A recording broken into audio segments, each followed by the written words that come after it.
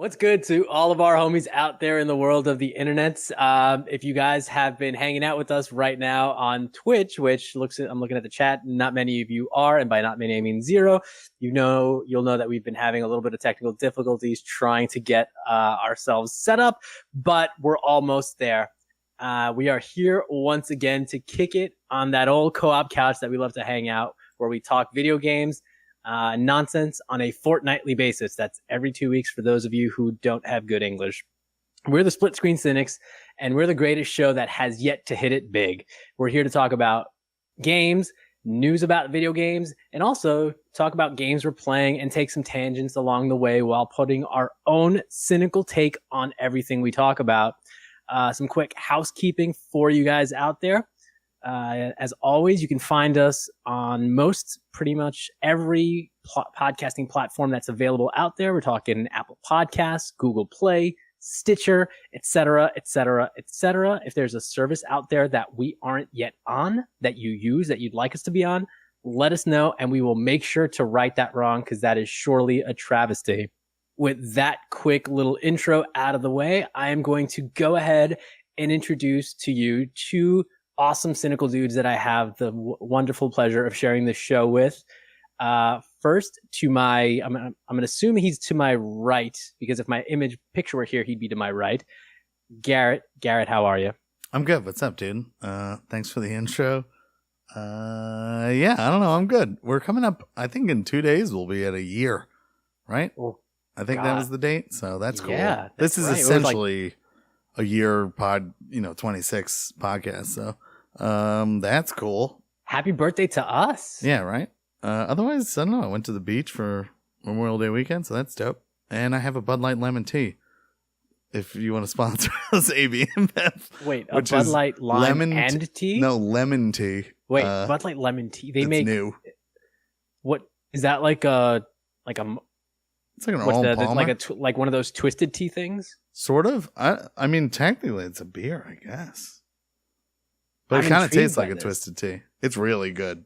And by that, I mean, it's really bad, but I'm intrigued by this. I know they had the Bud Light Orange, which was, I tried that, and I was like, this is like grown-up orange juice. Here's my review on the 3 Bud Light flavors so far, which I told Chris.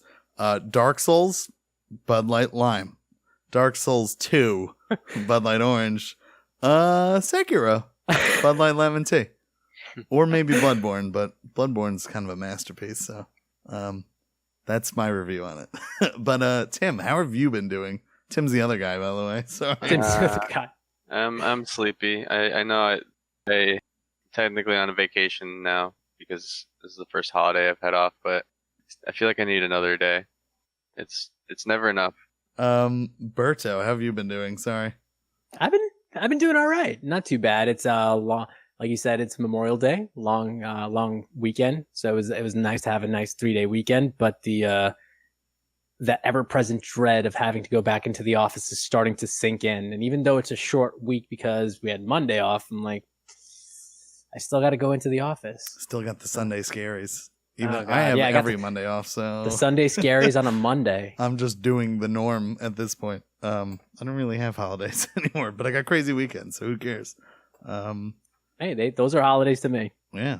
So anyway, what have you been playing, Berto? We'll go to you. I wasn't ready for that. Sorry. Actually, no, it's a total lie. I was totally ready for that because I have it written up right here. I have been playing Dauntless. I'm so interested. Did that actually release, or are you in a? It did actually. Okay. No. Oh no, we don't. We don't have that kind of clout.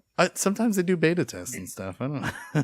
Yeah, no, I don't. I didn't get in on the beta test or anything like that. It actually did release. I'm pulling up the entry right here. It actually released on the 21st, so I got into it a little later than expected. But basically, it's like baby's first Monster Hunter game.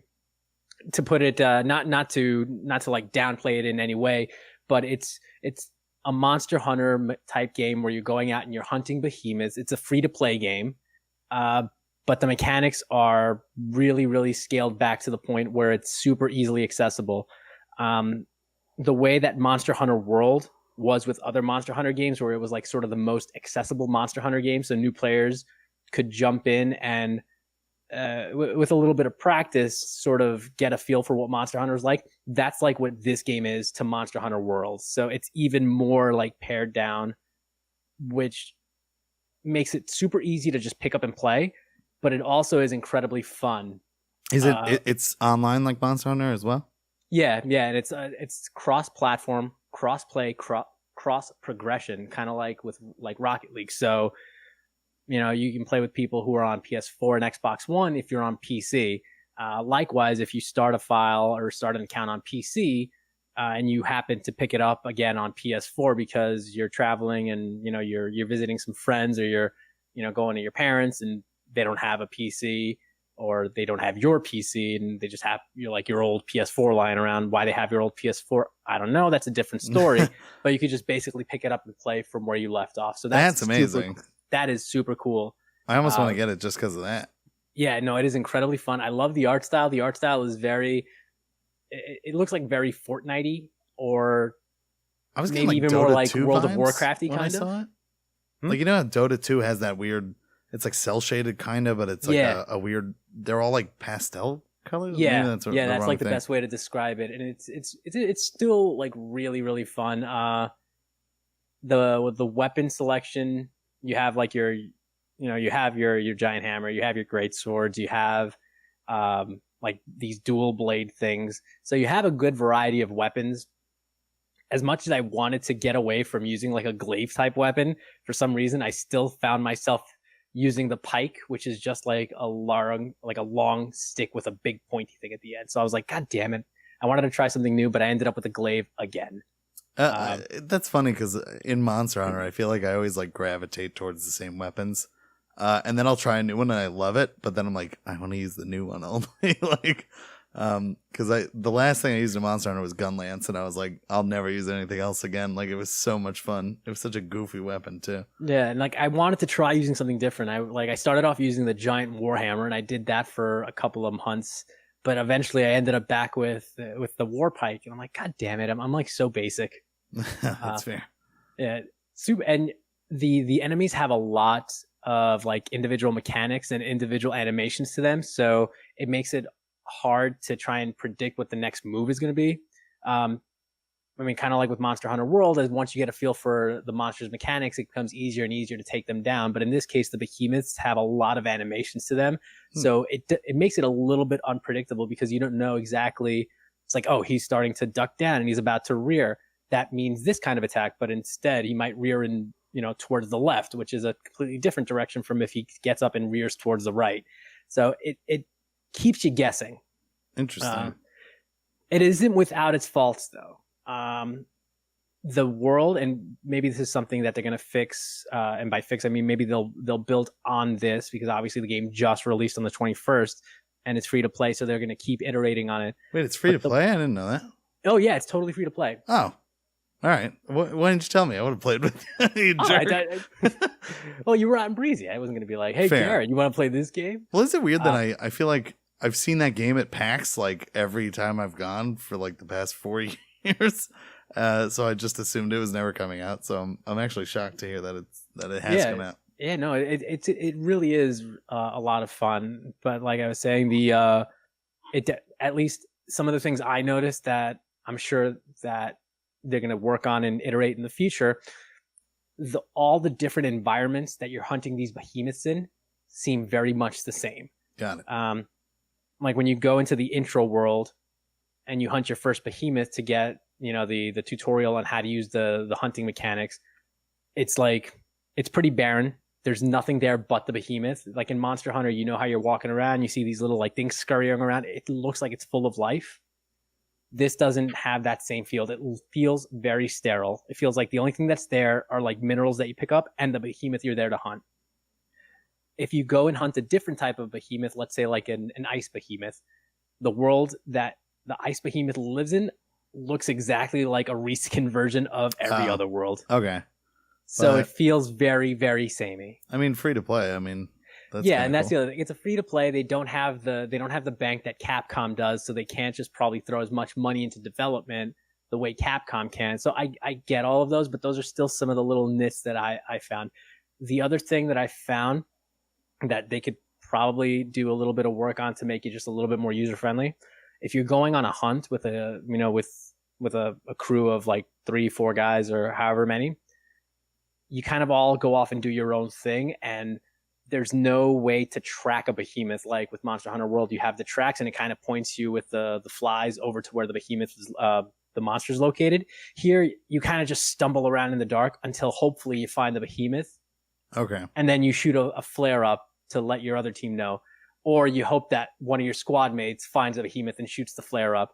If they don't shoot the flare up, you have absolutely no idea what's going on. Yeah, so I kind of like the idea of that though. That like the flare is. I always found it weird in the new Monster Hunter that they sort of just like heat seeked you towards it. Yeah, so I mean they could help to make the discoverability of the behemoths a little bit more clean, because otherwise you're kind of like just stumbling around hoping you find them. Those are just a few of the nits. I'm still having a lot of fun with it. Again, it's free to play, like you mentioned, so it's like, listen, it's free to play. You can't ask for much more. You can't ask for like AAA polish on a free to play game. And a lot of the stuff that they offer as far as microtransactions in the free to play, because obviously it's free to play, they got to make their money somehow. It's pretty much all cosmetic stuff. Okay. So same way like with Fortnite, if you want like this cool new skin, it's like a ninja skin, because I think the season that they're in now, they're doing some like ninja theme type stuff. So it's like, hey, you want this shinobi skin? You can pay to get the shinobi skin. Or if you just want to hunt the behemoths and craft, weapons or armor from those behemoths, you can do that also. But having a lot of fun. I want to pour a little bit more time into it. I hope that I don't get as sucked into this as I did with Monster Hunter, because I know that there's a Monster Hunter DLC coming out, and I don't want to spend the rest of my year playing this game and Monster Hunter. I mean, are you guys like so Berto's clearly, and Tim, how do you feel about the Monster Hunter DLC? I didn't get a chance to play. You never played World? I thought you played it on something different, and that's why we never played. I meant to get to it, but just never got around to it. And if it's good, maybe I'll get it. I don't know.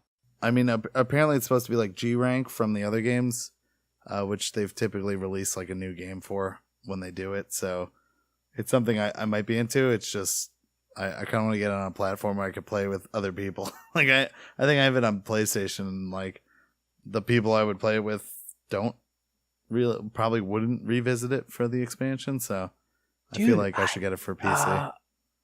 Right here. You play on PlayStation? Have we ever played together? No, we'll figure it out. All right, I'll get it then. Whatever. Yeah, we'll get it, and then we'll get Allie in, because she's all about Monster Hunter World too. All right, I gotta polish. She's the only one of the two of us who's defeated a behemoth. I kind of stopped playing before they had that, so also me. Any other games you played? No, just been a lot of time with Dauntless. Really wanted to get my teeth into that, and it's a lot of fun. I'm looking forward to spending more time with it. It's something I gotta check out certainly. Tim, what have you been playing? I've been playing a few games. Last weekend I was playing Danganronpa, the first one. I don't know if you guys have played that, but it's a visual novel by Spike Chunsoft. It's same company that made the Zero Escape games, I'm pretty sure. But now, can I ask, because the name is so familiar to me, and I always thought it was like an anime. Is the game is the main thing in Danganronpa?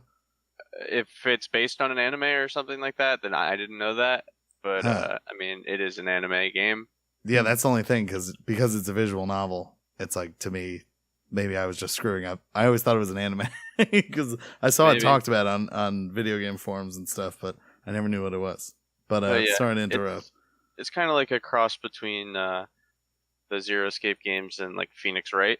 Okay. It's got like a cool kind of premise where it's like it ends up being like a murder mystery, sort of whodunit sort of thing. You have like these 15 people, and people start dying, and there are these trials where you have to figure out who the murderer is, and it runs in the same kind of issues as the other games, where it's like sometimes you kind of know the answer, but you have to like find the right way to present it so that the game accepts it.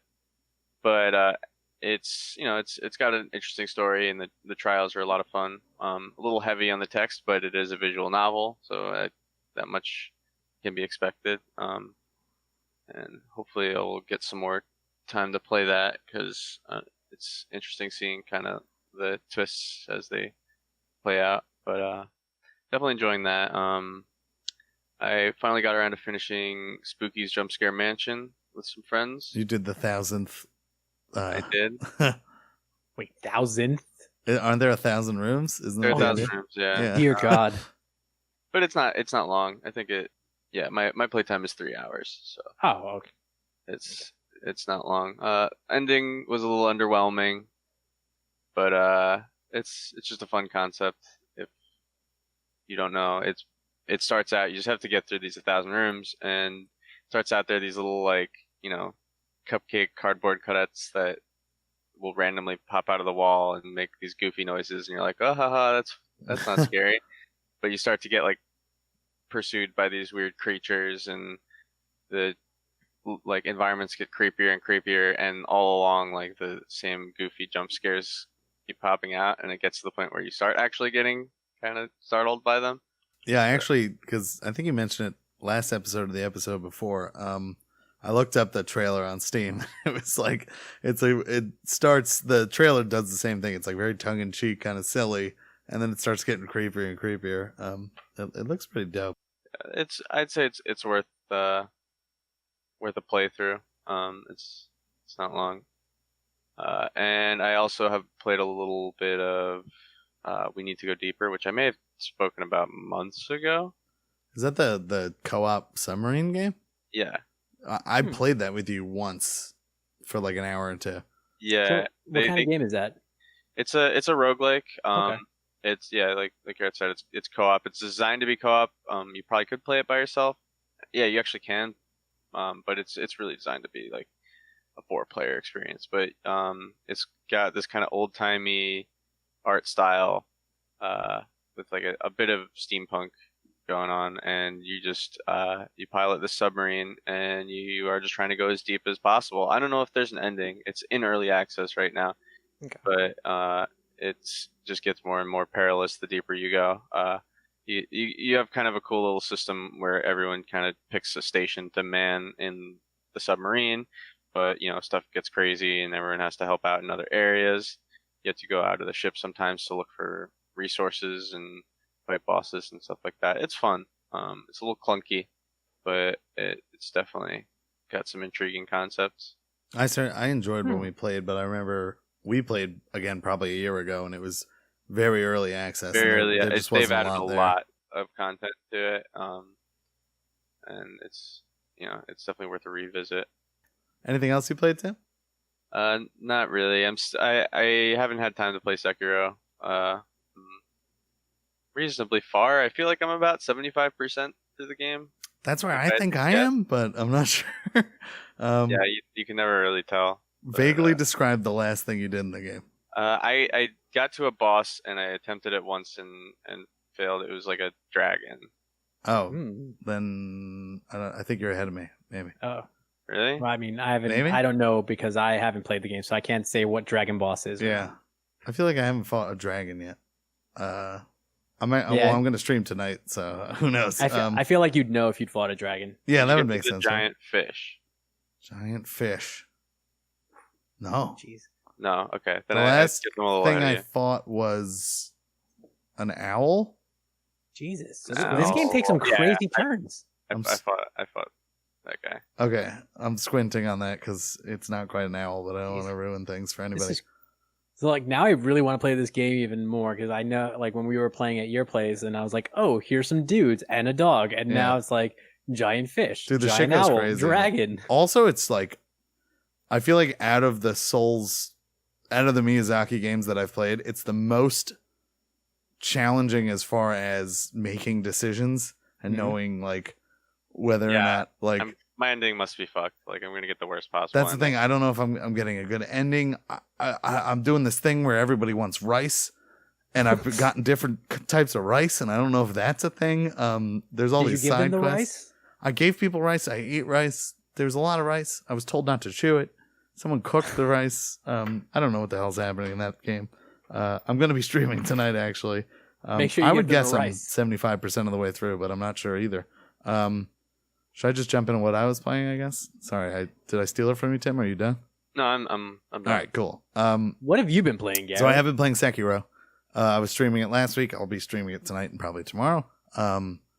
And I found weirdly enough that the game feels easy to me, and I'm not trying to brag, but every boss I fought, like the last probably 5 or 6 bosses, have taken me like 1 or 2 attempts.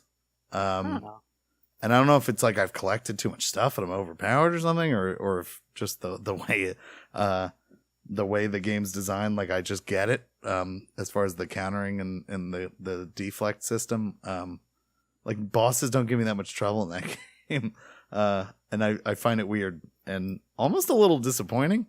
But it's possible that maybe I just got super powered since I've been pretty thoroughly exploring the game, so I've been getting a lot of power ups and stuff. So I was playing Sekiro. A lot of Hearthstone, unfortunately. I started grinding the ladder in that game, and I've become kind of addicted to that because I was doing okay. Also, you could play it on your phone, so I was doing that over the weekend in Breezy because I didn't have access to other video games. And then, unfortunately, not really new games. There's a Steam thing going on right now. It's called the Steam Spring Cleaning event. And they actually offer rewards based on their, like, here's some games we randomly selected from your library. Like, play some of those and you'll get a badge. Here's some games that you've played before for a long time. Like, play some of those, you'll get a badge. Like, it's almost like a backlog encouragement thing. It's like, hey, remember those games that you just have sitting there? Why don't you revisit them? So I actually, I went through that a little bit, and I installed a few games that I used to play. I installed a few games that I never played and kind of like dabbled in each one. The newest one to me was Devil's Daggers, which I actually played for like a minute one time. It's kind of like a first-person arena thing where it just spawns enemies very rapidly, and you kind of just have infinite shots out of like a weird red hand thing and like skulls and stuff. It kind of looks like Doom-esque, very low poly 3D models. Very dark, a lot of noise going on, and it, a game's over. The first couple times you play, it's probably over in like 6 seconds. And like my record is probably like 30 seconds. It reminds me of a game like Super Hexagon or something. But like I was 5 times as much. I was playing that until my arm hurt. And I went back and played some Audio Surf, which I was enjoying because it recommended me that. I forget what I installed like a bunch of other games that I've been slowly like kind of dabbling through. But honestly, nothing new. I did see this game Observer, which I'm very interested in playing. I don't know if you guys have heard of that. I might stream that after Sekiro. I played that. You played through it, Tim? Yeah, doesn't that have the same director or developer as another game, like Layers of Fear or something? I want to say yes, maybe. I think you're like the name, AI. I'm looking at the designer. Station. The designer sounds familiar. You're like an AI in a space station or something like that. And I just saw it had good reviews. I don't know if maybe you mentioned it to me, Tim, and that's why it was in my head. But yeah, is that like that? That's the game. Developers, yeah, that's the game where you're like Hal, right? Essentially, I believe so. Yeah. That was looking cool, so I was interested in that. So I might start playing that soon. But a lot of it's been catch up for me. Sekiro has kind of been eating my time away because I think I'm like 30 hours into that game. But I'm trying to like really do everything, which is while you're playing that game, like it hurts your head to try to remember all the side quests and stuff. And I might be missing them and messing them all up. But should we move on to the cynical spin? We'll talk some news. Yeah, let's do right into it. Going into our cynical spin. Garrett, you threw this news article on here, and maybe you can walk me through it because before like seeing this, I had no idea what a Tifu or a phase was. Yeah, sorry. So I put up some basic notes here. And yeah, this one needs a little outlining. But basically, there was a big kind of controversy all through the last 2 weeks. There's a somewhat famous streamer who goes by the name of Tifu. And he was suing this esports organization called FaZe Clan, basically over his contract. And at first I was kind of like, whatever. That probably happens all the time. But as I was reading about it, I got more and more into it, and I actually think it's kind of like an interesting topic. As a quick rundown, basically the suit he filed kind of claims that basically Tifu wanted out of the contract with FaZe Clan, with the main reason being that FaZe Clan essentially has been like destroying his opportunity to make money through sponsorship deals. in the contract, it lets them basically pick his sponsors, and if they find sponsors, they get 80% finder's fee. So he was basically saying that they won't, like, there was a deal he had with, it was, I forget what hardware company, but basically they approached him for sponsorship. FaZe Clan said no, and he would have made some money for himself. And then he said, like, FaZe Clan always says no unless it's another, sponsorship that they find because they can get 80%. There was more stuff in there where they violated labor laws in California by asking him to move as a minor. Apparently they encouraged gambling. They gave him alcohol as a minor, which who cares? That's not that big a deal.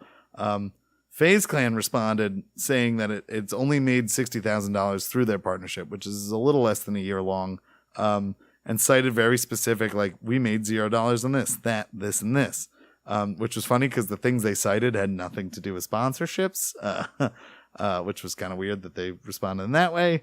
Then his contract actually was leaked online, like the details of the contract. To sum that up, essentially the main money he earns, the best cut he gets, is tournament winnings. He gets 80% of those, and he gets paid $2,000 a month. Everything else pretty much is 50% him and FaZe Clan, and then 80% on certain things like sponsorship deals that FaZe Clan finds and stuff like that. Also in the contract, it has this weird thing where if he does anything under FaZe Clan's banner, it's an automatic 36-month extension of the contract, which that's just like, that's nutsos. That is absolutely, yeah, they can keep him under contract indefinitely. Essentially, unless he just like gives up for 36 months. He actually tried to get out of the contract, and they basically refused and said they've been trying to renegotiate with him on contracts, but he's just like, it's fucked. I don't want it.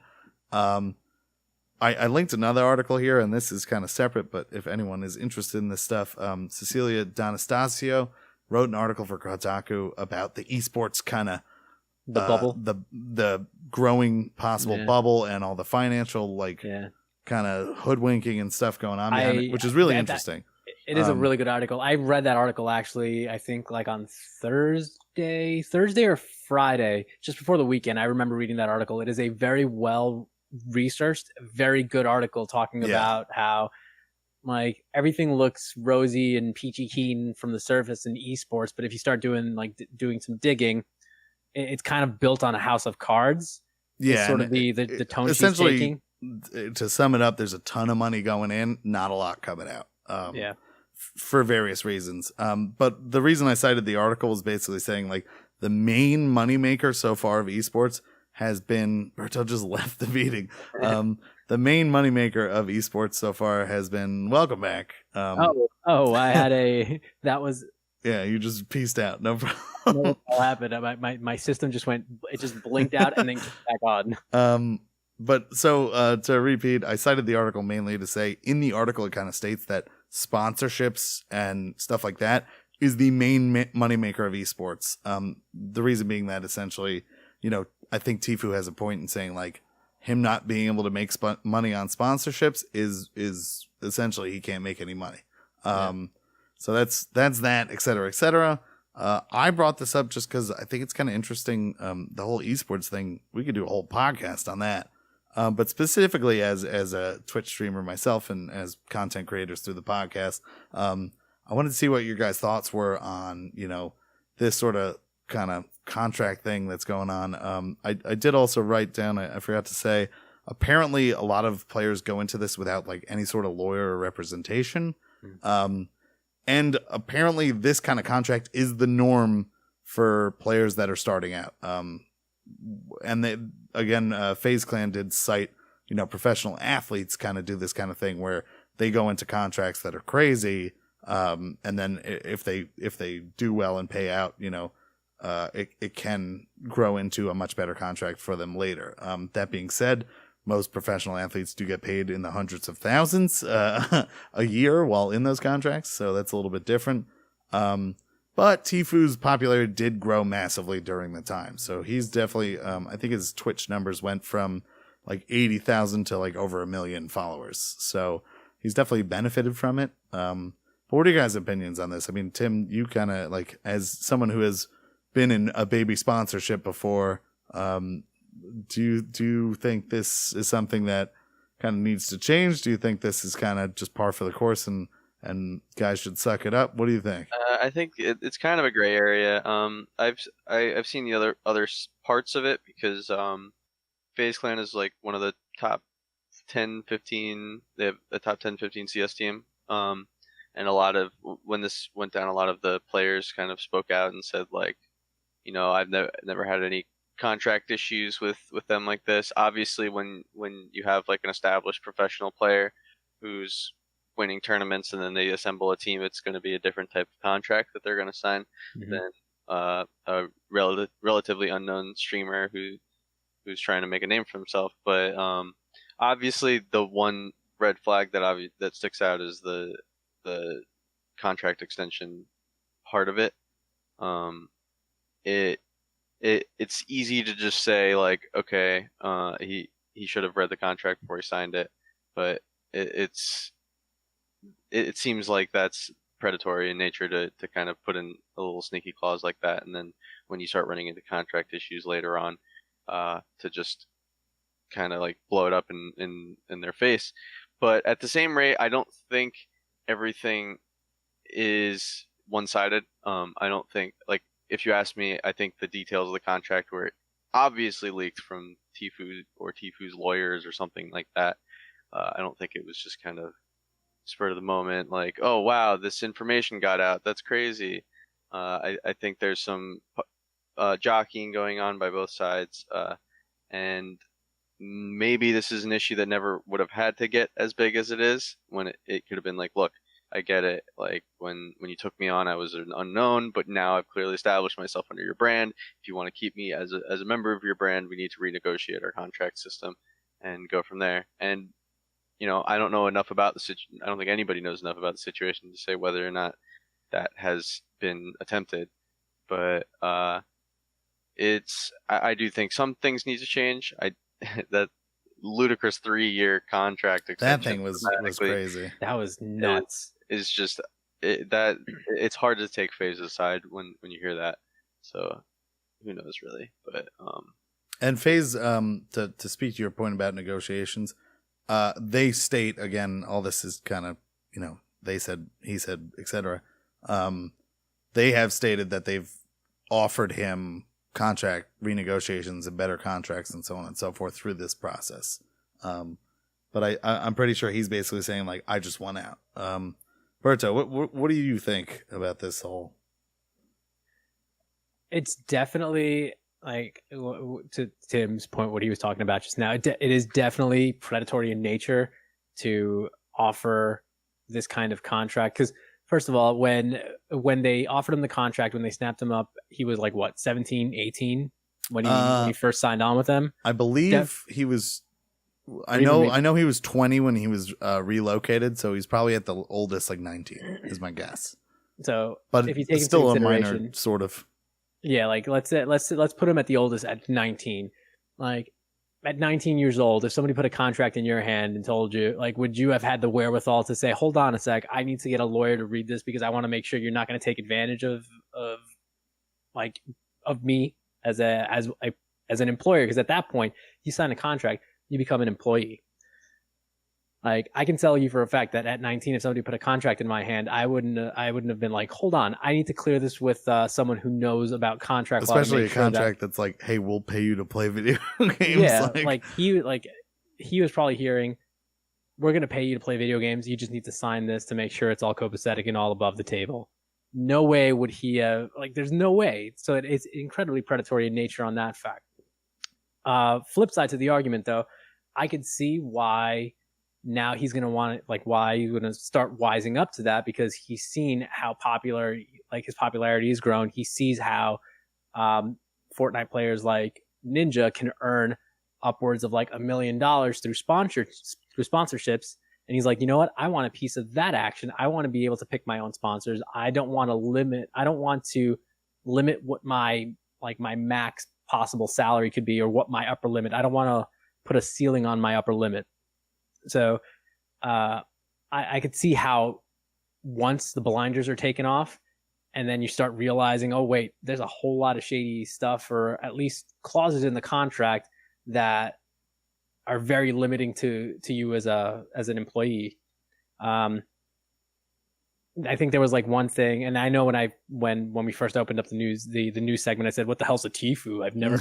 I was being facetious. I have heard a little bit about this just through reading and listening to stuff on the grapevine, but I didn't actually dive into the specifics. But when you put the link in the article on the show notes, I did a little bit of the reading and looked at the leaked contract, and there was also like some clauses in there where they said that FaZe Clan they can take upwards of like 80% of his tournament winnings, even though I think they claim that they've never taken anything more than like $10,000 or some small amount, which percentage wise they said they made 60,000 total from both of them. Yeah, like lifetime. The 80% thing is based on sponsorships and deals that they've made for him.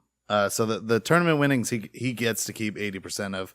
But if they make any sort of sponsorship or deals using his image or brand or whatever, right, they get to keep 80% of it as like a finder's fee kind of thing.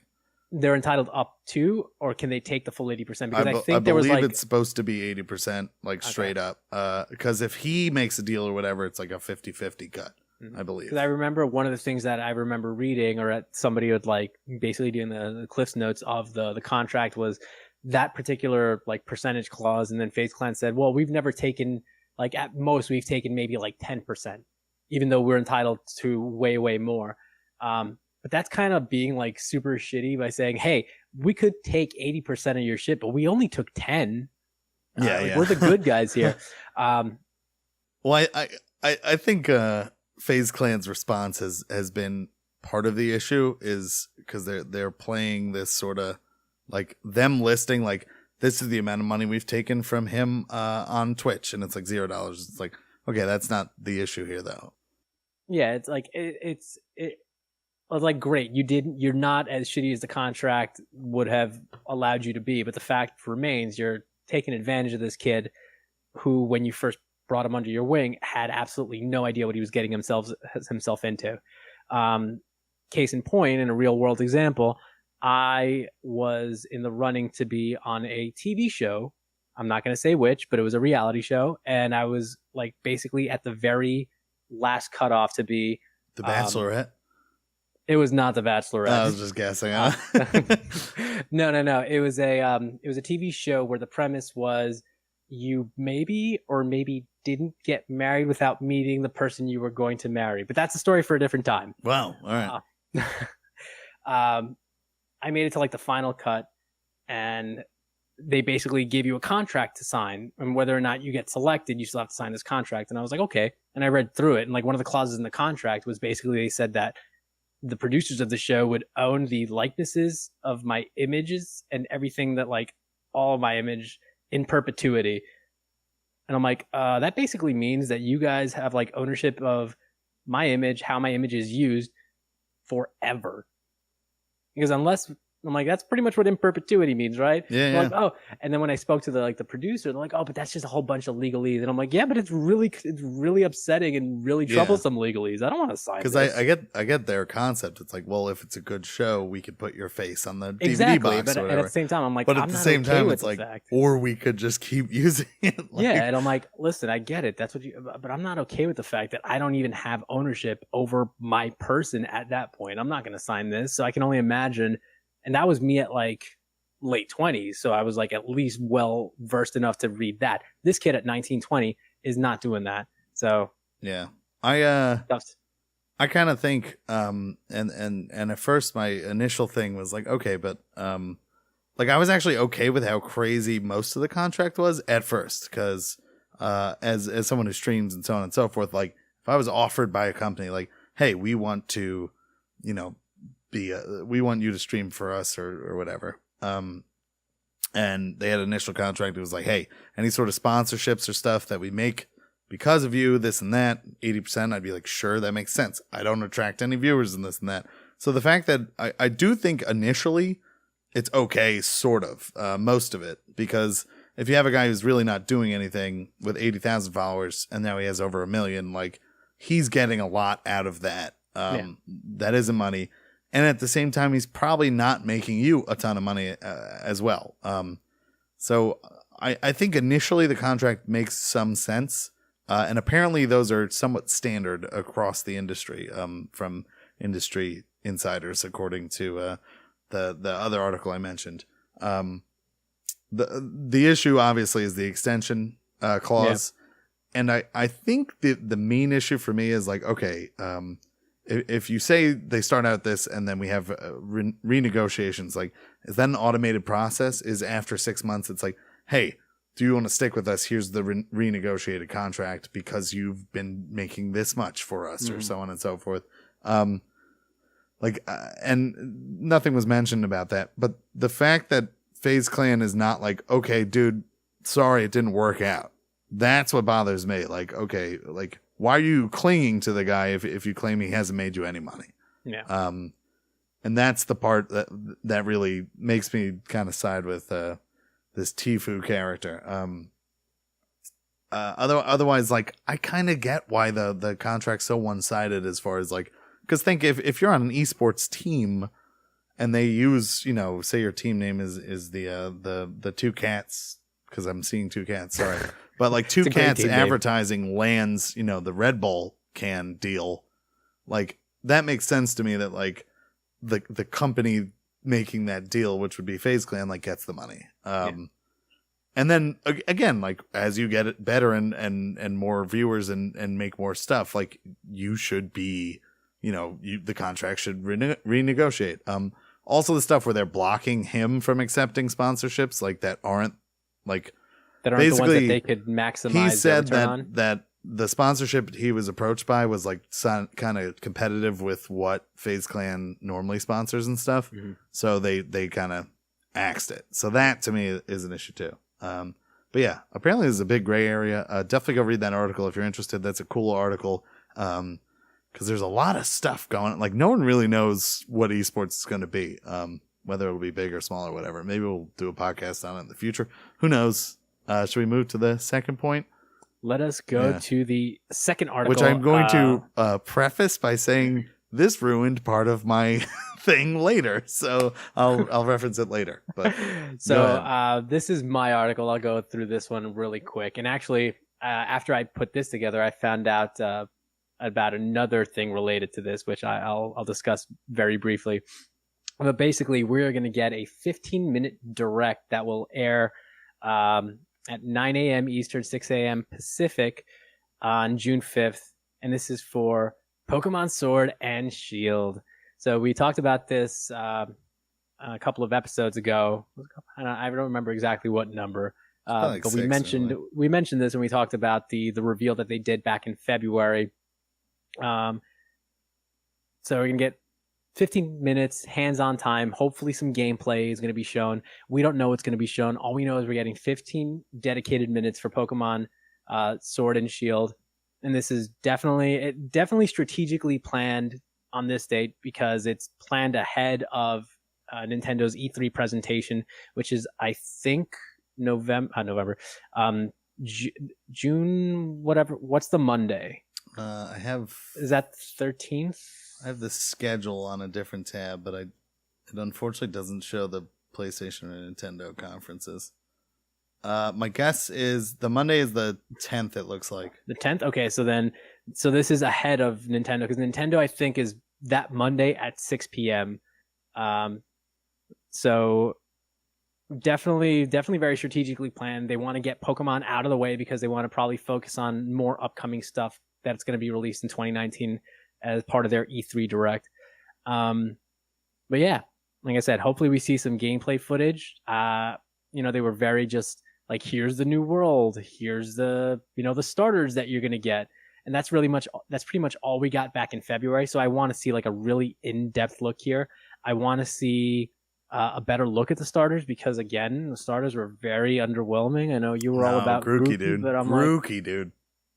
I want to see some evolutions because maybe that'll put me back on board if the evolutions are cool. So yeah, that's what that's this article. And then I found out afterwards, not only are we going to get a Nintendo Direct for Pokemon, but there's going to be a Pokemon Company press conference on the 28th, which is tomorrow or today if you're listening to when you're listening to this. So yeah, we're gonna get a press conference from Tokyo on the 28th, where the Pokemon Company is going to be talking about and highlighting plans for Pokemon overall. The last time they had a press conference, they touched on console games like Pokemon Go, Pokemon Let's Go Pikachu, Let's Go Eevee. They also sort of outlined what their plans were for Pokemon Go, the handheld game. So really interested to see what they're planning for the Pokemon press conference on the 28th. In addition to this very in-depth look we're going to get for Pokemon Sword and Shield. What do you guys think? So, I mean, this did steal part of my, because I am in charge of Nintendo predictions for E3, and I was predicting a lot of Sword and Shield stuff. So I guess it stole my thunder there. I don't know. It is weird to me. I love these directs. I think it's a great way to show things off. Like, what are we going to get that we didn't see in the trailer?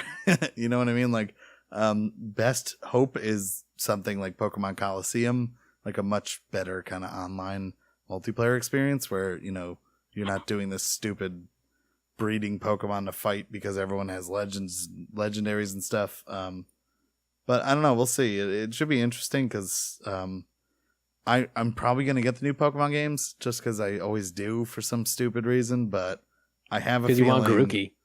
Yeah, I mean, that guy looks cute. Plus, it's like a Switch game. So, like, I honestly hope they show, like, okay, what makes this different than a 3DS, you know, Pokemon? Like, is it just that it's on the Switch, you know? Otherwise, you know, I don't really know what they're going to do. I hope there's some new stuff because Pokemon, I think, has just been very stagnant for very long.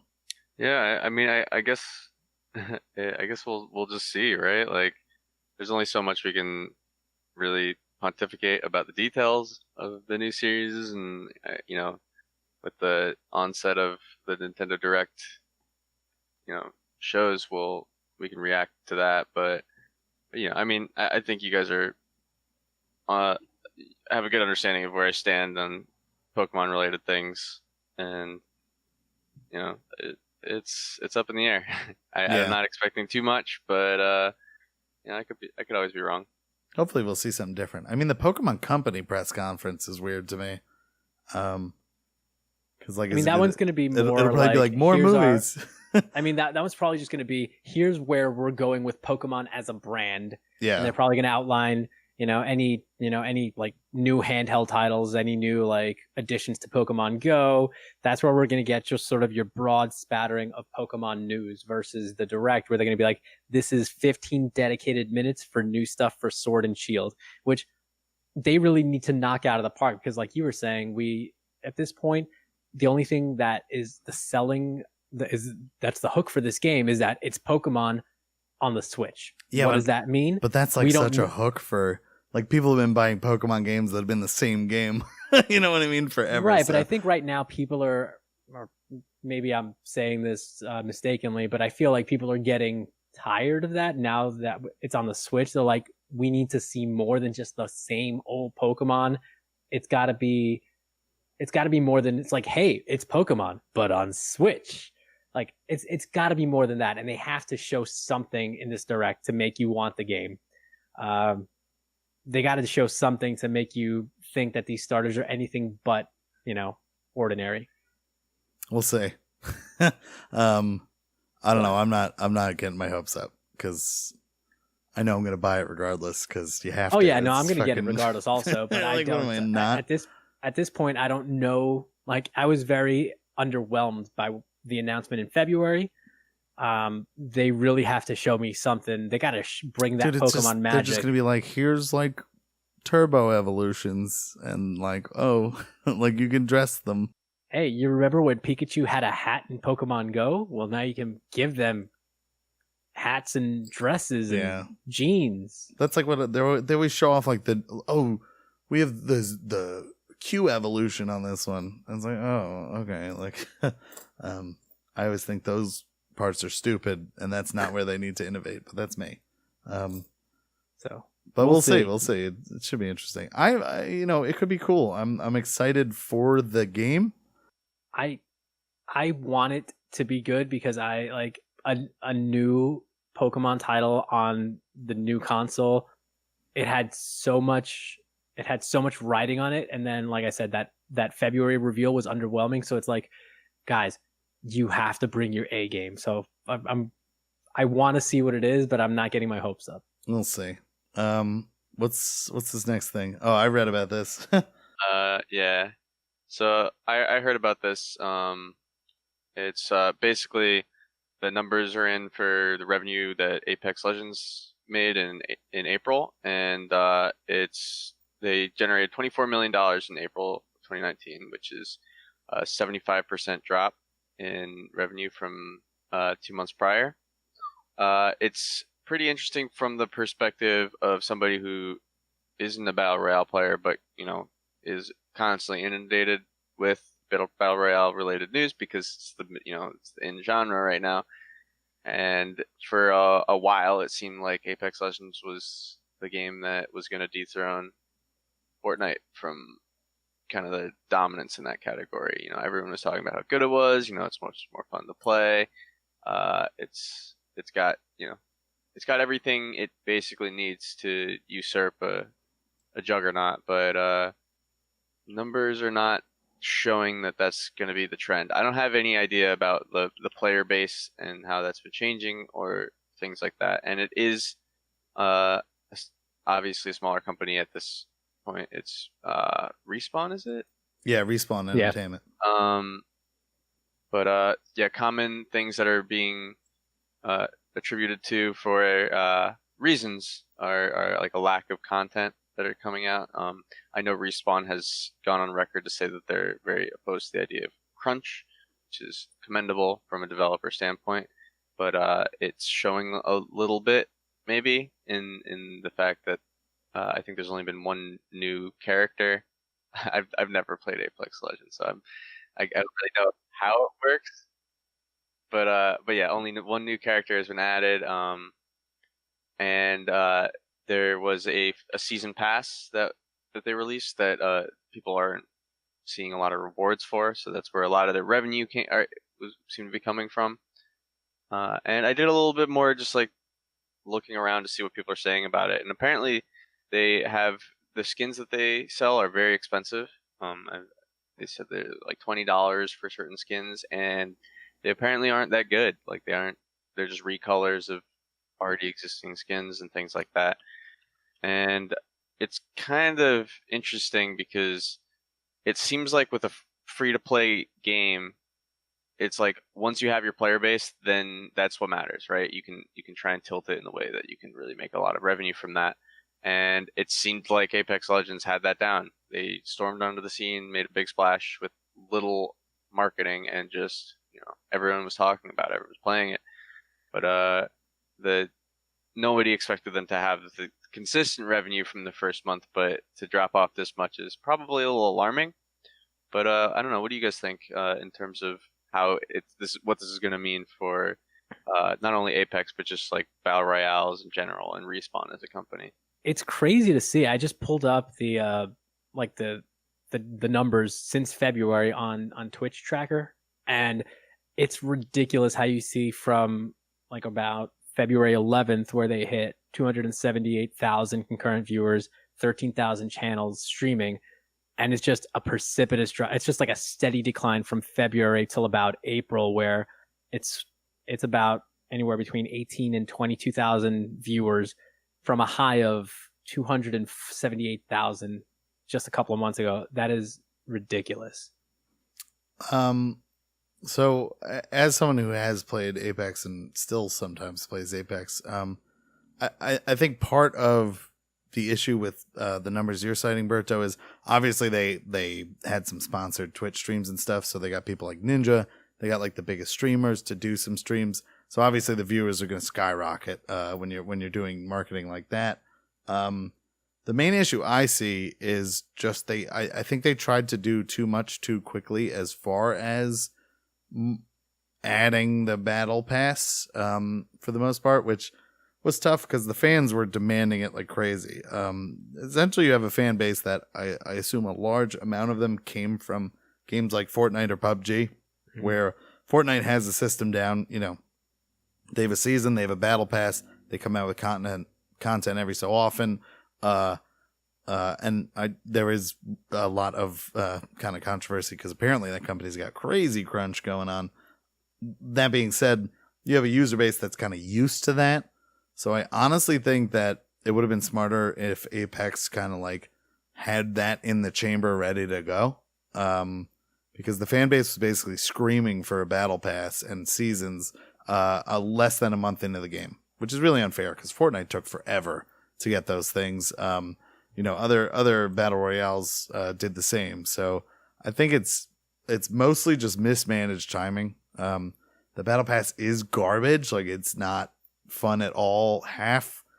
Probably more than half of the things you get are like, you got level 5 on the battle pass, so you have like a level 5 badge, like, and then you have level 10 on the battle pass. Like, just like one of the worst battle passes I think you could possibly come out with. And again, I think it was kind of because it was rushed.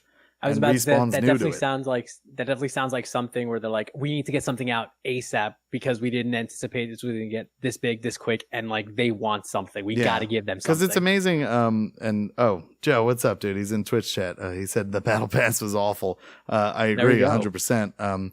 Even like the one skin that was cool you got at the very end, the amount you have to grind for it is crazy, and the in between rewards are absolute garbage. So I think it was partially the fans were too expecting of content right away. From what came out, it was a pretty balanced game overall. They've only made some slight changes to it. And the fact that it came out and was playing as well as it did, honestly, is amazing. It's part of the reasons I like the game. I still play it today. I still think it's fun. I think part of the issue with the way they handled all the aesthetics that you could buy too is like a good 50% of the aesthetics are for guns and weapons that you don't want. Like they have a gun progression, so it's like there's a lot more of like shitty guns that you're gonna throw away all the time. Right. So if you get a legendary skin for the Mozambique is the one that everyone talks about, like you're sad. You're like, oh my god, I got a legendary thing for the worst gun in the game that generally you throw away the second you find another gun. So I think it just needed more nuance, and they were new to it, and they rushed it out. Like, had they planned and thought, I think Apex would be doing a lot better. I do think if they kind of come out with something that is better, and depending on how greedy EA is, what they should do is refund everybody who got the first battle pass and give them a new battle pass that's better made. And I think you'll see players jumping back in and like playing some more because the game's pretty balanced. It's pretty fun. I still enjoy it from time to time. So, with EA, that shit's not happening. I mean, EA is just probably destroying the studio as we speak and moving on. But I mean, but I like that take where it's like, listen, we gotta give something to the fans who shelled out money for this battle pass. That clearly the overwhelming response has been, this is garbage. Go back to the drawing board. And maybe, if not offer a refund, give them like the next iteration of the battle pass for free. I think you take the skins from the first battle pass, release it to everybody, and then give a special skin for those who bought the battle pass, either bought or completed the first battle pass, and then be like, hey, you get free access to the next one. Regardless, I think that's the best way to handle that. They have to give something to the fans who got into the battle pass at the ground level, because or not. They definitely deserve something better. And I definitely think, like what you guys just mentioned, they were a victim of their own success. I can't imagine that when they released Apex that they imagined they were going to get that big that quick. Yeah. And again, part of those numbers are skewed because when you advertise by having the top streamers play it, obviously the view count on Twitch and stuff is going to be massive. So, which is good marketing, but granted, and that's the case. But like even after all, like the degree to which it so quickly dropped off, it's just like it was there and then it wasn't. Yeah. So yeah, I don't know. We'll see. I hope the game does okay because I think it's a pretty fun game overall. But you gotta realize like Fortnite has this long storied history of creating content, and they have you got Ninja and all those Twitch streamers still playing it and stuff. So I don't think Man, Fortnite's going just anywhere. you wait. They're gonna have the split screen Synics playing Apex Legends. Just wait. They're gonna get their numbers up. We'll see. Maybe something a little slower. Should we move on to segment 3? What do you think? Yeah, I was about to say let's take it over to our next segment where we're gonna talk E3. We're gonna do some E3 predictions, which is basically 2 weeks away, I think. Just about, yeah. Just about. So it should be timing with our next podcast. So maybe we'll do that on the next one. So I guess, Berto kind of set this up. We did a random generation. We each got one of the big 3 randomly. Berto, I think you got Sony. Tim got Xbox, or Microsoft, pardon me, and I got Nintendo. Which was a bit of misplanning on my end, because when I was putting this together, that's when I was like, Sony said they're not going to be at E3, so that's going to make my predictions just a Aren't little they? bit I thought Sony was doing like a Nintendo thing where they're going to release like a video though. Oh, they're not doing a video or anything at all? They're not going to have a presence at all. That's weird. That's why when I was putting this together, I'm like, I should have realized that when I assigned these, but I said, you know what? I'm not going to let that deter me. I mean, you could still make predictions, so we'll see. So we all kind of made our own predictions for the big 3, because it'd probably take too long if we all kind of like went nuts about it. And then I think maybe at the end we could just kind of mention the other things and see if we could think of any predictions for those.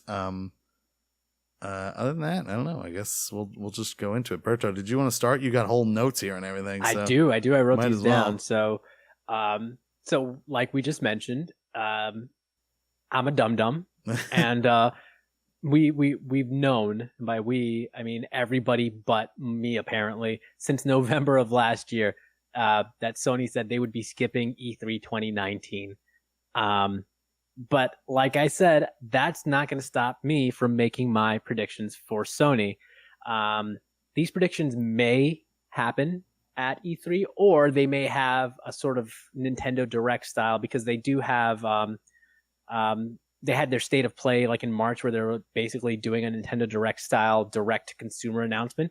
So maybe they might do something similar on or around E3. Yeah, I can't imagine them not like timing it for the hype at least. so they may not have like a specific like press conference at E3, but maybe they'll be like, hey, we have a direct to the player kind of thing. So maybe these predictions will come through there. First prediction. We get a release date for The Last of Us Part 2, and we find out that it's going to get released on both PS4 and PS5. First announced by Naughty Dog at PlayStation, the PlayStation Experience back in 2016. They showed us a whole bunch of footage for Last of Us 2 during 2017 at, PSX and Paris Games Week. And then I think last year at E3, they showed us the most extensive gameplay trailer, coming in at a whopping 11 minutes for Last of Us 2. And it looked fantastic.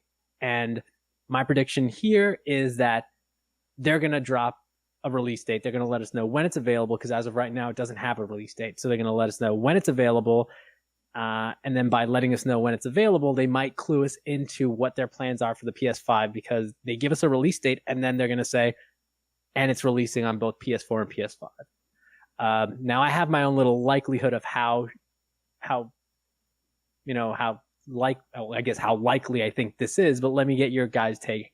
What do you think? Do you think, are we talking about, yay or nay? Do you think this is likely to happen? Do you think it's a pipe dream? What do you guys take? I think almost 100% likely you're gonna see. It's kind of weird because like if they spread things out like Nintendo has been doing, who knows when it'll be announced. I think it's very likely we'll see Last of Us 2. I don't know how likely we're gonna see it being released on PlayStation 5. It seems like the majority of those kind of games, they just do it anyway. Like, the one game that really did that was not Skyward Sword, but the Twilight Princess. Twilight Princess, yes. Yeah. So I think you're much more likely to see it for PS4, and then when PS5 gets released, there's a remastered edition.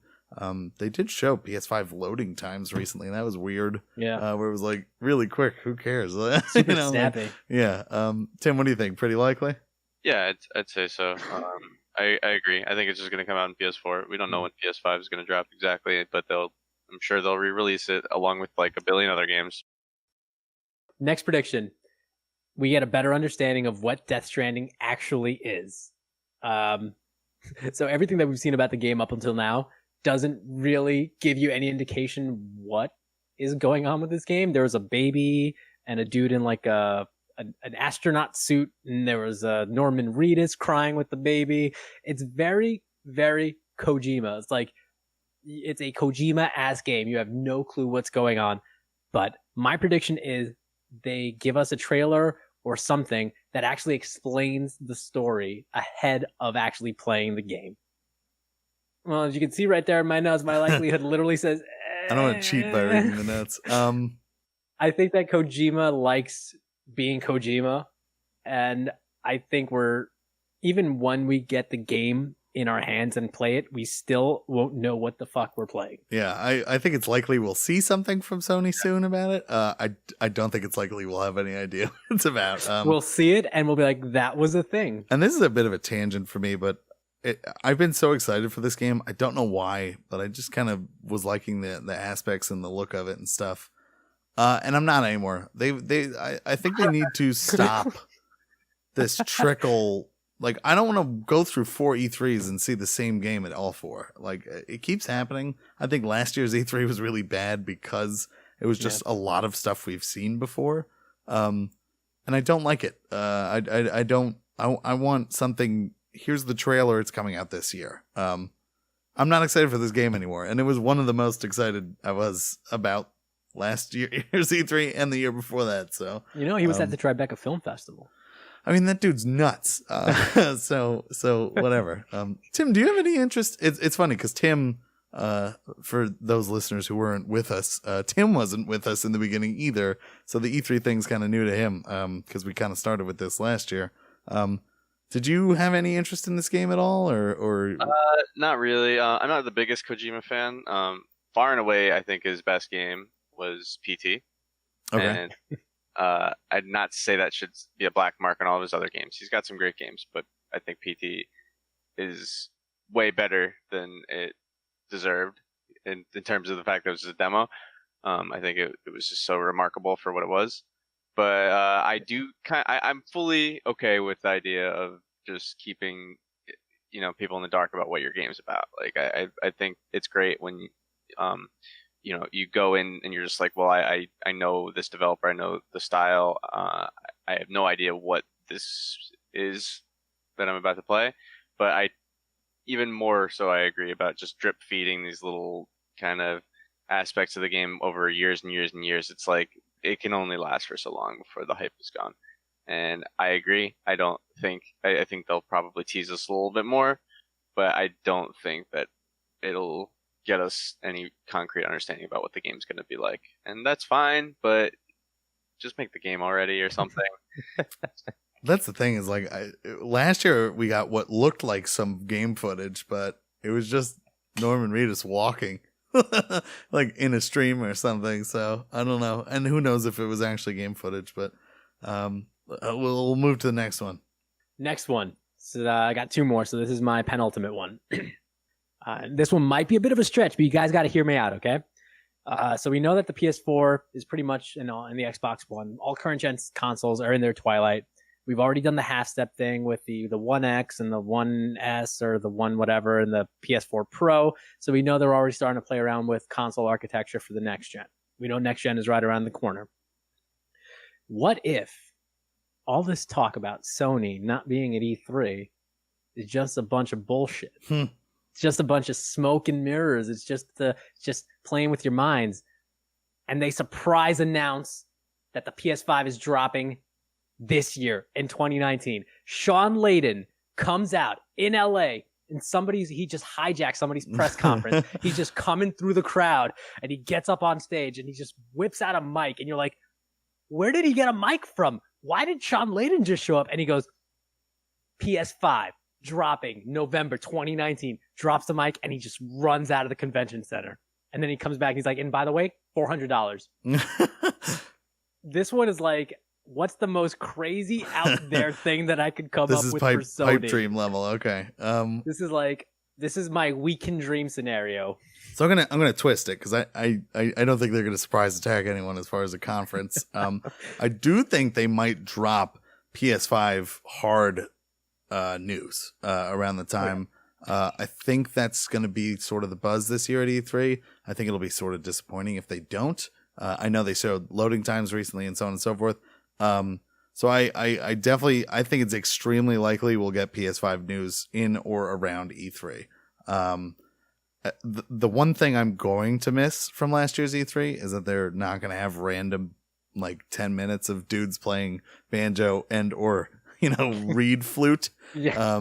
And moving from room to room. Because I think Sony's conference was weirdly one of the worst last year.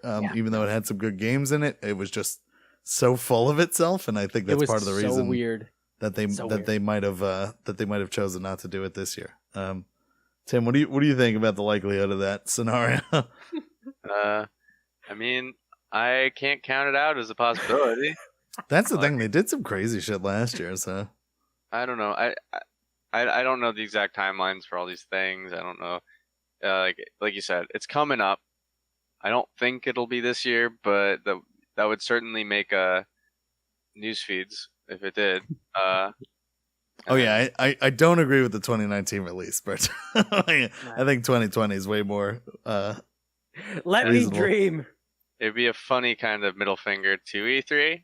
So I would be in favor of it, not because I have a problem with E3. I just kind of enjoy the chaos involved. Stick it to the man. But yeah, I don't think it's gonna happen. But yeah, who knows? And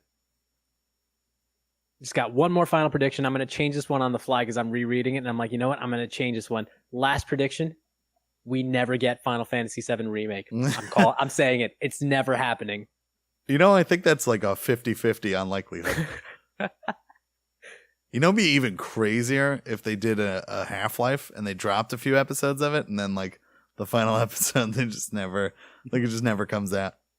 Just episode 3. You mean like now we're never getting Half-Life 3? We're definitely not. I think it's kind of the same. It is the same kind of concept, and the reason why I do think that one day we will get a Half-Life 3, and that there's literally no way that Final Fantasy VII Remastered won't one day come out is just the fact that both these companies are doing well enough that they can just keep pushing it down the road.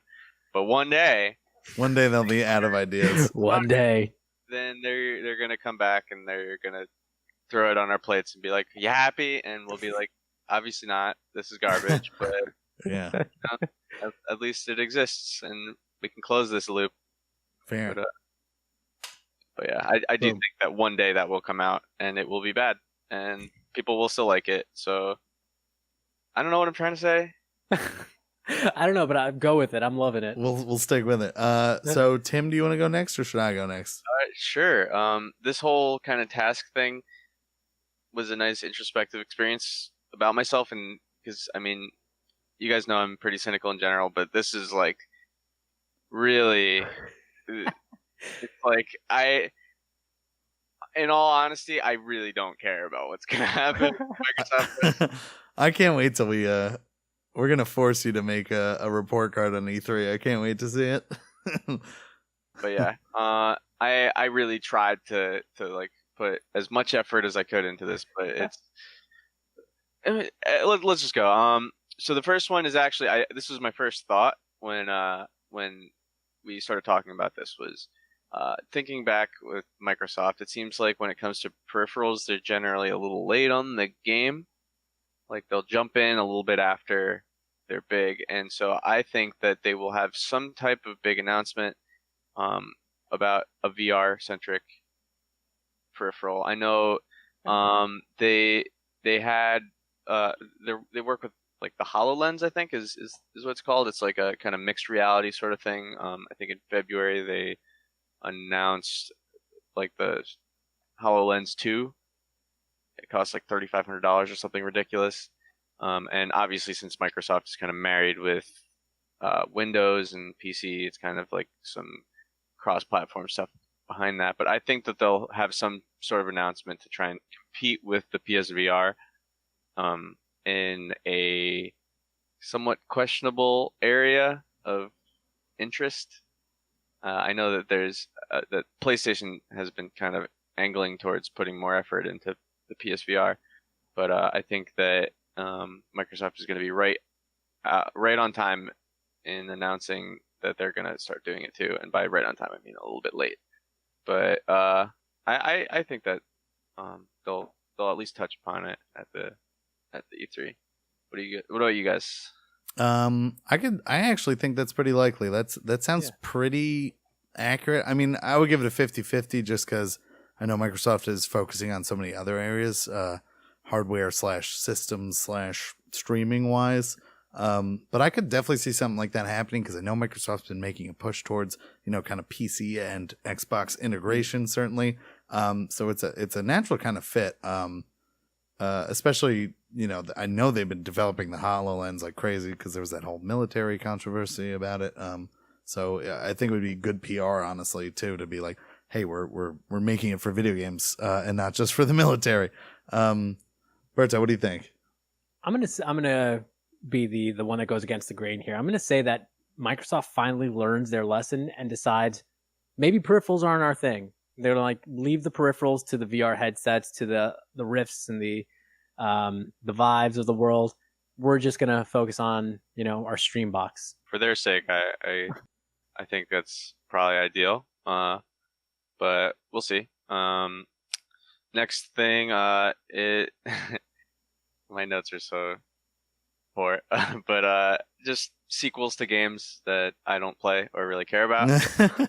Oh, I love it.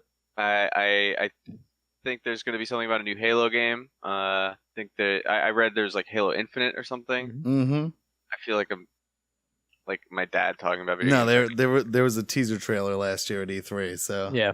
Okay, so I expect there'll be some sort of announcement regarding that. I also read that people were talking about a new Gears of War game. Apparently, it's the 5th one. I didn't know there were more than 2. Oh, there's a tremendous amount. There's like a weird chibi Funko Pop one coming out too. Nice. Apparently. That's my style of game. And I mean, I always think back to the Xbox One 2013 reveal where they're just like, everyone's excited for the new Call of Duty, and I know Call of Duty has kind of separated itself from being like a Microsoft / Xbox thing. Yeah. But I did hear that there's a new Call of Duty game. It's going to be called Call of Duty Modern Warfare, and that modern style of naming things where it's just the same thing you've been calling it forever, but without like a number. Yeah. I would say likelihood almost 100% on Halo, almost 100% on Gears of War. Yeah. And I'm sure there's going to be some sort of, I think that's a very accurate prediction. Just to kind of jump on top of that idea, I actually think Microsoft might have kind of won last year's, in my opinion. I don't remember what I gave it. I should have brought that up.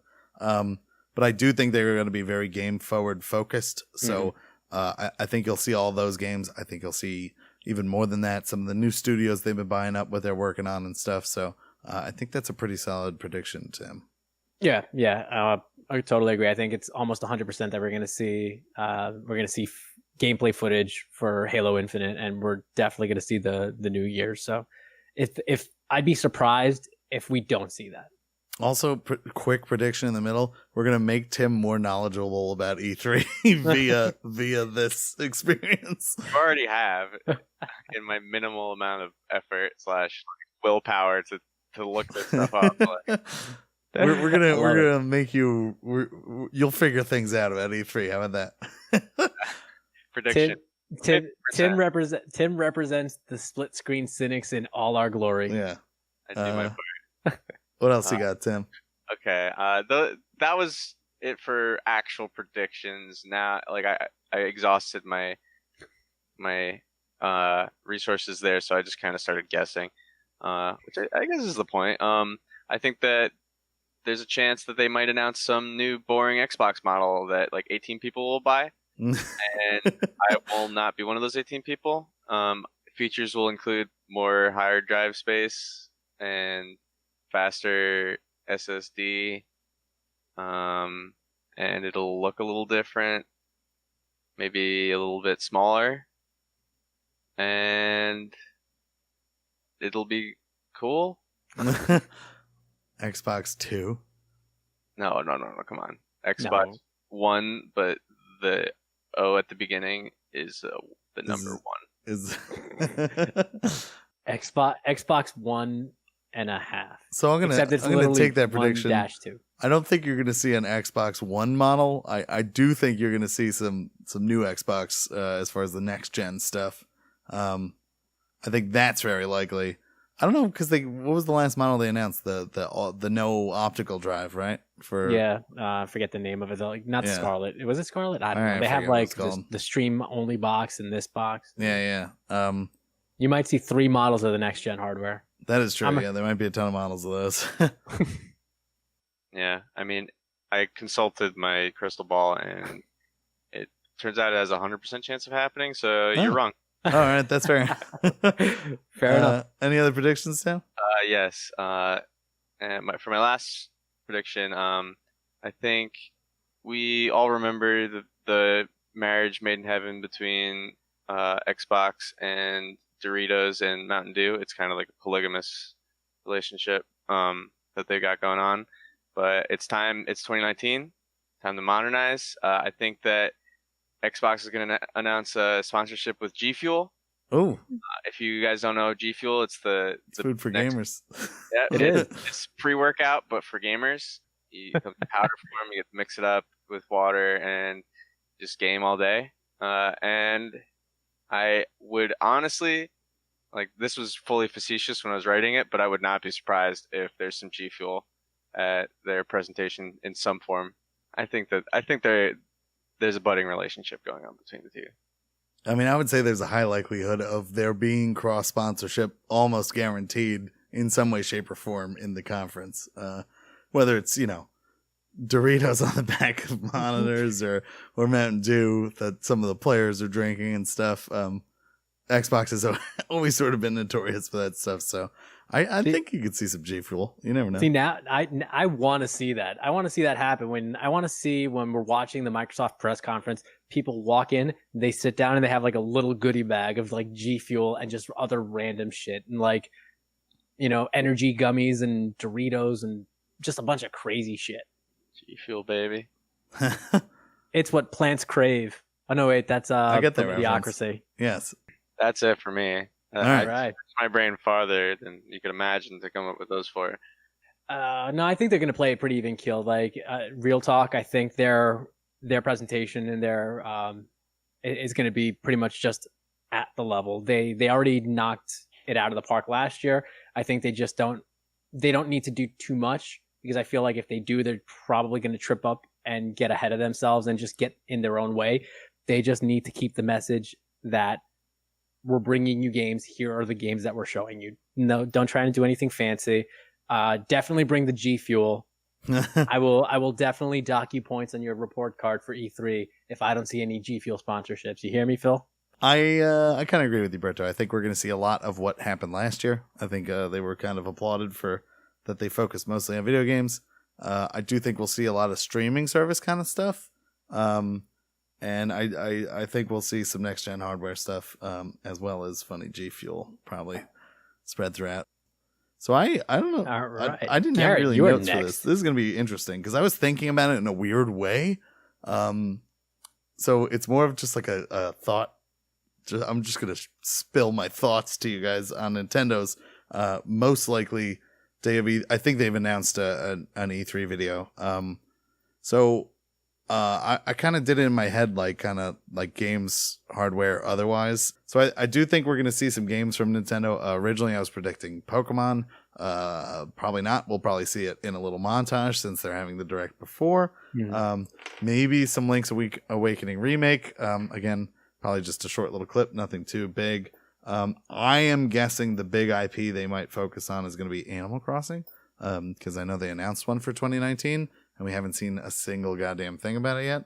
I know you don't like Roberto, sorry, but That's fine. To me, I think what Nintendo's sorely lacking right now is big IPs. I mean, their last big release was Smash Bros. I think a half a year ago, 5 or 6 months ago. feels longer than that. I'll check for now. Like, essentially, Nintendo's been pretty bare on games releases right now. So I know Pokemon's big for them, so that's going to be a big one. But yeah, I'm thinking we'll see a lot of Animal Crossing. Hopefully, what other games was I thinking? I think we will not see anything on Metroid Prime 4, but maybe just a different photoshopped splash screen, which would be kind of funny. And I do think we're going to see a ton of kind of cross-release indie games from them, which was kind of standard from last year. As far as games that this is something that I was dreading, but I think is quite possible. They're going to go really into detail on one game that's coming out, and it won't matter one bit like they did Smash Bros. Last year. I kind of hated what they did with Smash Bros. Last year, where they're like, each individual character's moveset for 30 minutes, and that was like 3/4 of their presentation. Yeah, I was definitely not on board with that. Otherwise, I don't think we're going to see... I think we could maybe see like an F-Zero tease, something like that. That would be dope. Honestly, I think it's going to be pretty disappointing in the games category, but what do you guys think likelihood of all those? I don't know. Sorry, I kind of just spat a bunch of things at you, but... I definitely think we're going to see Link's Awakening. They have to show it. We know it's released. Is it releasing in 2019, or did they not really give a release date? I remember like looking it up last time, but I don't think it was confirmed. I'm not 100% on that. Yeah, because I think they said 2019, but they didn't give a time frame as far as like spring, summer, winter, or whatever. So at the very least, they'll show a teaser and then maybe give a season for when it's coming out. I'm thinking that's going to be a winter 2019 game. I don't see it coming out before then. I think that's going to be like their big holiday sale. I definitely think that as much as I don't like it, because it doesn't make a difference because I'm not going to buy it, they probably do let us know when Animal Crossing comes out. Like you said, they've mentioned it. They said it's in 2019 game, and they haven't shown one thing about it. So I think we get a release date, and I think it's fairly soon. I want to see Metroid Prime 4. I want to see it, which means we're not going to see it. Definitely not. No, it's going to be another splash screen. That's the way it is. Luigi's Mansion 3 could possibly be there too. We may, yeah, because they did announce that for 2019 also, I believe. Let me double check that. Luigi's Mansion 3. Yeah, I think it also has an initial release date of 2019, so maybe we see something for Luigi's Mansion 3. So I do think we see a decent amount of big name titles. I don't think that we get hard release dates for any of them, except for Animal Crossing. I think the other ones we're probably just going to get like fall 2019, winter 2019. Tim, what do you think? Yeah, I agree. I definitely think we'll hear about Animal Crossing and Link's Awakening, which should be nice. I'm looking forward to those games. But you guys think F-Zero is a pipe dream? You never know. It's one of those games. Like, one day another one will come out, but probably won't be today. but yeah, that and Metroid Prime I think are in the same boat. It's like I expect we'll hear from them eventually, but it's really up in the air as to whether we'll see them at E3. Fair.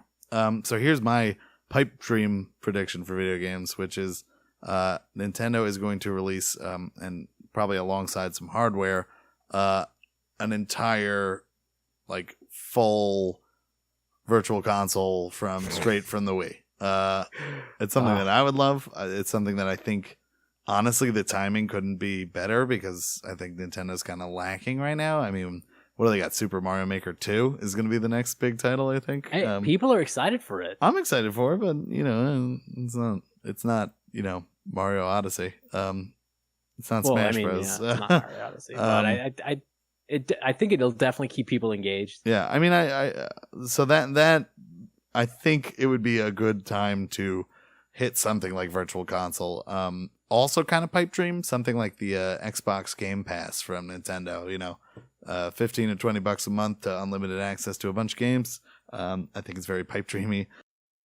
It's been my experience that the things that you want Nintendo to do are the things that they absolutely will refuse to do. you mentioned the words virtual console, which automatically means that they're going to shit on the premise because they don't do virtual console, because that's what I wanted, and they gave me Labo instead.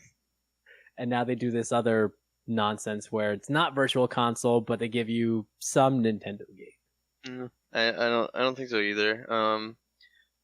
I'm torn about it because as much as I did like the Wii Virtual Console, I still regularly use my Raspberry Pi, and basically all the, like, this is, I guess, a bit skeezy, but basically all the games that could be available on Virtual Console, barring like some GameCube games or above, I would, I just have on my Raspberry Pi already. But if they're gonna go through all these lengths to try and prevent people from doing that and like shutting down ROM sites and things like that, you gotta expect it's in the pipe somewhere.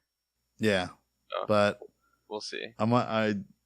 They've done this weird slow trickle of like releasing NES games that's so obnoxiously like it's the games we've already played a million times. So why don't they release all of them? Literally all of them. I don't know. It's That'd so be cool, silly. right? It's so It'd be cool. obnoxiously Nintendo. Yeah. So moving on to hardware predictions from Nintendo. First and foremost, I think we will see the kind of rumored 2 new Switch models, which is basically the handheld one and the advanced graphics possible one. I think that's extremely likely. I do think we might see some more Labo stuff. I think that's moderately likely. I don't know how popular Labo is, to be honest. I have no idea if people dig it or don't. I assume certain people dig it, but I don't know. I have no idea. I do think we might see, and this is like I'm going to put it kind of low but moderate likelihood, an N64 Classic announcement. I know the trademark was filed a while back, and I mean the SNES and NES sold like hotcakes, so I don't see why Nintendo wouldn't do it. And I kind of think that could be kind of wrapped into maybe not a virtual console, but maybe like release of some N64 games for Switch or something like that, possibly remakes, who knows. And that one I think is kind of exciting, but not exactly like E3 exciting, because it's kind of expected from Nintendo, but I could definitely see it happening. And then my other hardware prediction that I think is actually highly likely is Shigeru Miyamoto comes on stage and does some sort of music thing for Switch, which I know Labo had covered, but I feel like it's not enough for him. So you'll see some weird hardware peripherals. If it's Donkey Konga, I'm in. That's all I'm saying. What do you guys think of those? That's not going to happen. He hates Donkey Kong. Dude, but Donkey Konga was so much fun. I wish I had those bongos. So I definitely, again, same on point with the 2 new Switch models. They've been rumored for a while now. Everyone pretty much knows that they're coming. I think we finally get a physical look of what they're going to look like. Both the handheld that is going to get rid of like the motion sensor and all a bunch of stuff. The Joy-Cons are going to be attached to it. So that's going to be sort of like the budget Switch model. And then we get the more high-powered Switch model that gets rid of like the end bevel a little bit. Better graphics processor. So I definitely think that we get a look at what they actually look like. They're going to be like, here's the model. This is what's going to be sold in stores. This is what you're going to get. So I pretty much, I'm like 95% sure that we're going to see that. Labo, I think, is in a dumpster somewhere. I think they finally gave up on that. I don't think we see any more Labo. When you were talking about how well it did or what the numbers were, I looked up an article from Variety where I don't know where they got their figures from, but it says as of, I think, April of this year, Nintendo Labo has sold something like 1 million units since it released last year. And by comparison, Super Smash Bros. Ultimate has sold 12 million copies. So I don't think that they're going to be dumping any more money into cardboard. And if they do, then Nintendo, what is wrong with you? Fair. Yeah, I agree. I expect we'll see some other goofy new thing. And as little as the Labo kind of appeals to me, I respect them for trying something like that. Like, I bet you I would have loved that if it came out when I was around like 8 or 9. I'd be all about that. But yeah, it's not a big money maker for them. But Nintendo's gonna keep trying new stuff like that. I expect. Yeah, I think you're basically on the money with that, Garrett. I think that's basically how it's gonna play out. What about the N64? You guys think possible or? Yeah, but I don't know how long it will be before it happens. Yeah, I definitely think it's a possibility. I don't What's that, Tim? see it very likely. Oh yeah, what'd you say, Tim? You were cutting in and out. I just said I don't think it'll be this year. I expect it will definitely come through the pipe, but not yet. Yeah, I mean, to be Fair. fair, they haven't exactly announced what's it called? I don't think the other ones were like big announced at E3 or anything like that. They just came out in separate directs.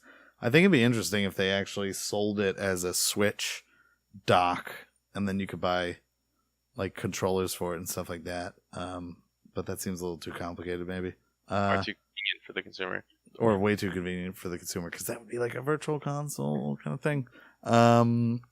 I feel like I have one more thing, but I don't know. I think we might. And I hope we see a surprise visit from Reggie Fils-Aimé. Yes. And he just snorts a line across the whole stage, and then Doug Bowser comes out, and it's just that. I don't know why he's on a stage. It's a video. they're not actually at the E3. Yeah. Another little pipe dream, honestly, if they just have some new IPs, some unknown games, some way back games, would be cool. But we'll see. So I guess that's the big three, sort of, even though E3 is all chopped up now. I had an idea to like lightning round through the rest that are announced, and then maybe we'll just randomly pick your winner. And if you win, you get a cookie. When you say pick your winner, we'll like take a guess who and wins see overall. Who ends up having the best press conference. Yes. Okay. All right. I'm down for that. So after the big three, we got Bethesda's got a thing coming up. Any quick predictions from you guys? Yeah, I know that they were saying they're staying away from doing the episodic, like the yearly releases of Assassin's Creed, but then we got Assassin's Creed Origins, and I think like a year and a half later we got whatever the Greek one is, and I think we get. You're on Ubisoft, aren't you? What? Isn't that Ubisoft? Sorry. Whoa. Yeah, you're jumping what the time gun. Is it? We're on Bethesda. Oh wow. Bethesda, they come out and they say Fallout 76. We know it's kind of shitty. We're working on it. Fair. If I had to make a quick announcement, I think we'd get a little bit more, maybe Elder Scrolls 6, and a lot more of that weird space game that they have that's just space Elder Scrolls. And then probably a lot of like tiny Doom stuff. Doom 2. I think that's Bethesda.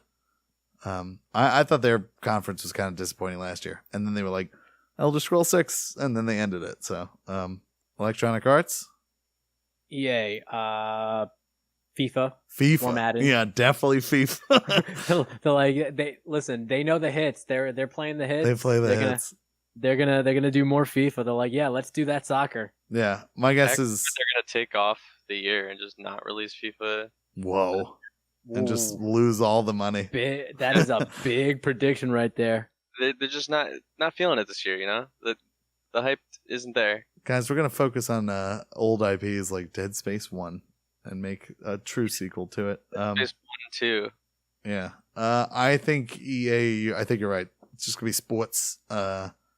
And probably just updates to like they might do like an Apex Legends future look or something, but like here's how we're gonna fuck up Apex Legends. Yeah, and like Battlefield 18 or whatever the hell is the next one. They're just EA's dumb. Who cares? Ubisoft.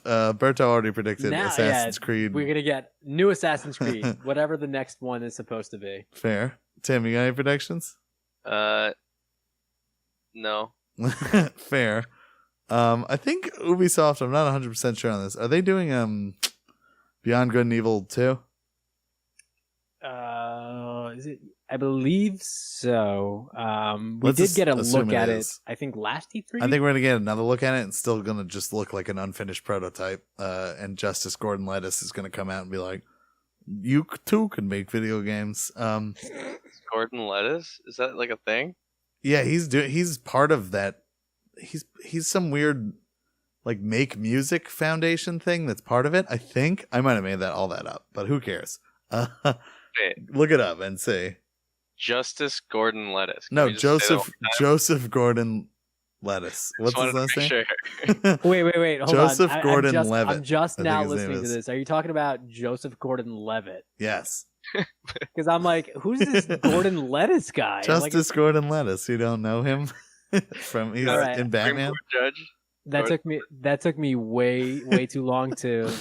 But also, my brain was like, what is he saying? I think he's involved in that game somehow. I don't know. I do think we might see some Google Stadia stuff from Ubisoft, maybe, because they did the Google Stadia stream test with Assassin's Creed Origins, whatever. Not Origins, the other one. Ugh. Square Enix, you kind of touched on, Berto. Just Final Fantasy they're gonna come out and say Final Fantasy VII is dead in the water. Yeah, and then they're just gonna say also we still hate Chrono Trigger and any remakes for it. No Chrono Trigger, and also here's Final Fantasy 16. Yeah. Buy more copies of Final Fantasy 15 because it was perfect. Because it was so good. Press X to dodge. Hold X to dodge. I don't care. Devolver Digital was probably my least favorite conference last year, but it looked like it had some cool games. I just hate their weird meme joke conference. I don't like that. But do you think there's going to be a lot more new games? Have they released the games from last year? My friend Pedro. Did that come out? Because that was the last Messenger. year.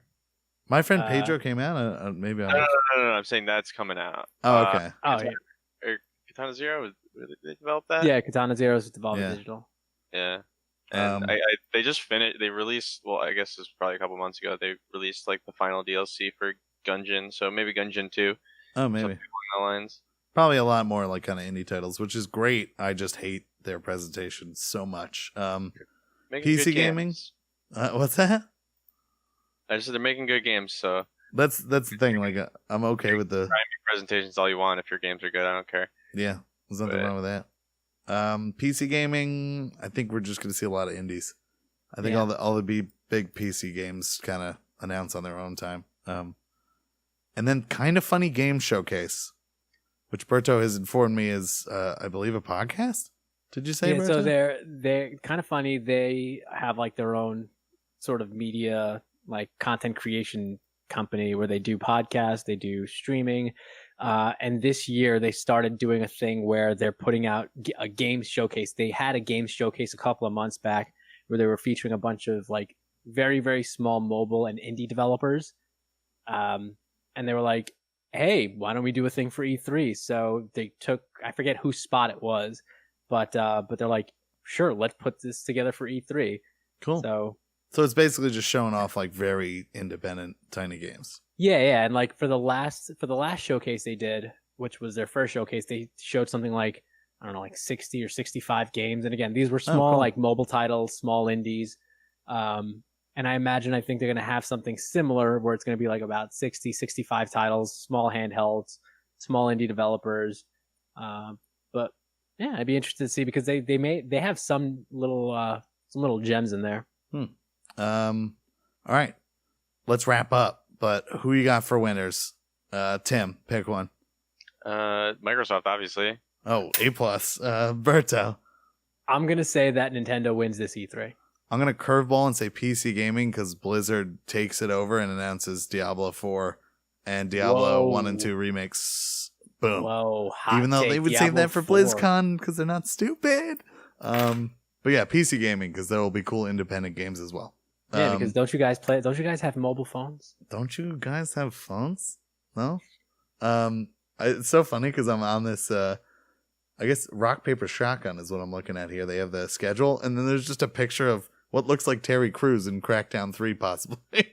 Like, just wide-eyed, which I completely forgot about that game. And so has the whole world. So. I was about to say, so is everyone else. There you go. Let's wrap it up. All right. Thank you, everybody, for listening. Thank you, anyone who was watching on stream, which yes, there was a few people, but they were secret. Thank you to everyone who was on stream. Thank you for everyone in Joey chat. Pucks was in chat. Go check him out. He streams some cool shooters, and he's got some videos on YouTube. Thanks for chiming in, dude. What else we got? Please, if you want to check us out, we're on YouTube and all that stuff. SplitScreenCynics.com is our website.